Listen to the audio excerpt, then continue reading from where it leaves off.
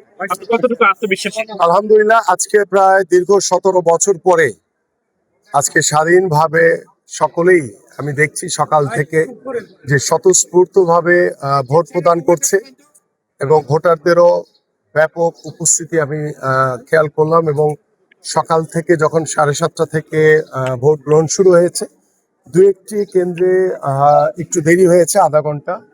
তো আলহামদুলিল্লাহ এখন পর্যন্ত ভোট গ্রহণ সুষ্ঠুভাবে হচ্ছে এবং আমরা আশা করি দীর্ঘ 17 বছর পরে বাংলাদেশের মানুষ আজকে যে স্বাধীনভাবে তাদের যে মতামতটি প্রদান করছে, আমরা বিশ্বাস করি আমাদের এই স্বাধীন মতামতের মাধ্যমে আমরা একটি জনগণের সরকার আমরা প্রতিষ্ঠিত করতে পারবো এবং সেই জনগণের সরকার প্রতিষ্ঠিতর মাধ্যমে আমরা বিশ্বাস করি যে দীর্ঘদিনের যে আমরা গণতন্ত্র পুনরুদ্ধারের জন্য যে লড়াই করেছি, দেশের জনগণের ভোটের অধিকার নিশ্চিত করার জন্য যে লড়াই করেছি, আজকে সেই দিনটি আমরা আশা করছি ইনশাল্লাহ অনেক ষড়যন্ত্রকে মোকাবেলা করে আমরা আজকে সুন্দরভাবে শেষ করতে পারবো বলে আমরা বিশ্বাস করি। আমরা জানেন সকলেই যে গতকাল রাত থেকে জামাতের বিভিন্ন কেন্দ্রে বিভিন্ন প্রার্থীদের যারা প্রতিনিধি তারা টাকা নিয়ে অনেকেই ধরা পড়েছে এবং অনেকেই জামাতের কেন্দ্র দখল করতে গিয়ে অ্যারেস্ট হয়েছে। আমার এই নির্বাচনী এলাকায় শহীদ স্মৃতিতে দুজন জামাতের শিবিরের কর্মী সহ তাদেরকে 2 বছরের সাজা দেওয়া হয়েছে এবং অস্ত্র সহ আমাদের টপ ব্লকে একজনকে অ্যারেস্ট করা হয়েছে। এভাবে জামাত বিক্ষিপ্তভাবে তারা একটি ষড়যন্ত্রের মাধ্যমে বিভিন্ন প্রোপাগান্ডার মাধ্যমে একটি অস্থিতিশীল পরিবেশ তৈরি করার চেষ্টা করেছে। আলহামদুলিল্লাহ আইন শৃঙ্খলা বাহিনী অত্যন্ত দৃঢ় হাতে এবং আমাদের নেতাকর্মীদের স্বতঃস্ফূর্ত সতর্কতার মাধ্যমে আমরা জামাতের কোনো ষড়যন্ত্রকে আমরা প্রতিষ্ঠিত হতে দেইনি।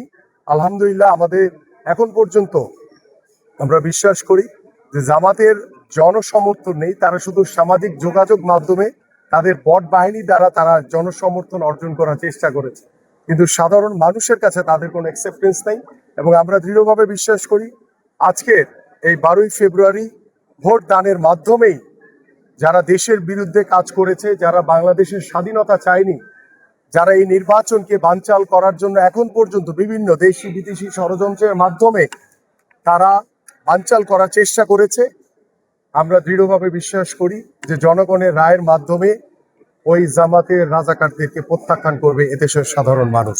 ভাইয়া, আজকে আজকে দেখলাম অনেকেই ভোট দিতে এসেছে। একজন বৃদ্ধর সাথে কথা বললাম, তিনি ভোট দিতে এসে কান্না করছে, যে বলতেছে আমি 17 বছর পরে আমি নিজের মতামত প্রকাশ করতে পারছি।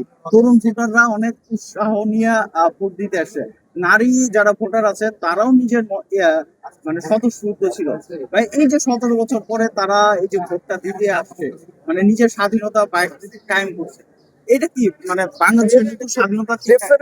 ডেফিনেটলি, কারণ দীর্ঘ 17 বছরের আমাদের যে আন্দোলন, যে সংগ্রাম, এই আন্দোলন সংগ্রাম এবং বাংলাদেশে একটি অবাধ সুষ্ঠু নিরপেক্ষ নির্বাচনকে প্রতিষ্ঠিত করার জন্য আমরা কিন্তু দীর্ঘ 17 বছর আন্দোলন করতে গিয়ে আমাদের বহু ভাইদেরকে গুম করা হয়েছে, হত্যা করা হয়েছে এবং 24-এর গণঅভ্যুত্থানে ছাত্র জনতার যে বিপ্লবের মাধ্যমে আমরা স্বৈরাচার মুক্ত একটি বাংলাদেশ পেয়েছি এবং স্বাধীন বাংলাদেশে আজকে সাধারণ মানুষ সকলেই স্বাধীন, তারা স্বতঃস্ফূর্তভাবে ভোট কেন্দ্রে এসে তারা ভোট প্রদান করছে।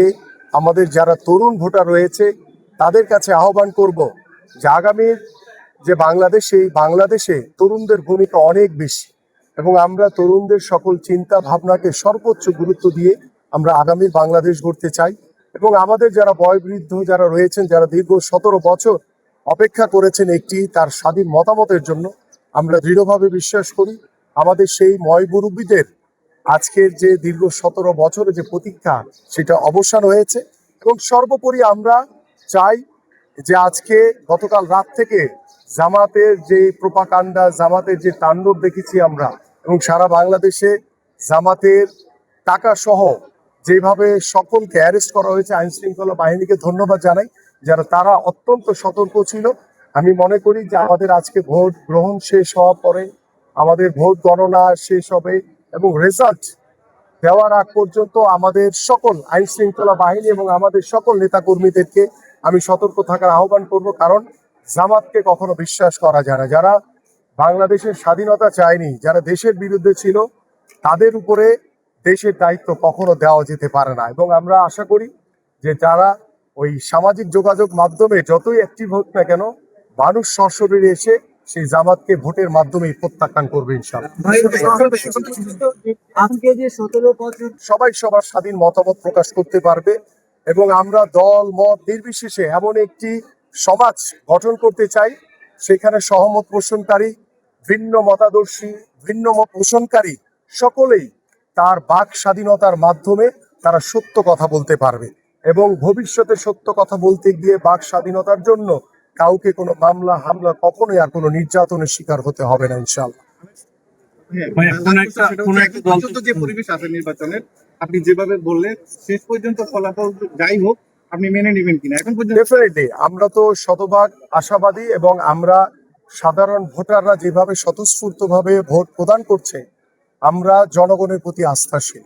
জনগণের রায়কে আমরা বিশ্বাস করে আস্থা রেখেই আমাদের সকল কর্মপরিকল্পনা এবং আমাদের সকল কর্মপরিকল্পনার বাস্তবায়ন এবং জনগণের প্রতি আস্থা রেখেই আমাদের ভবিষ্যৎ পরিকল্পনা আমরা শেষ করে দিলাম। Thank you.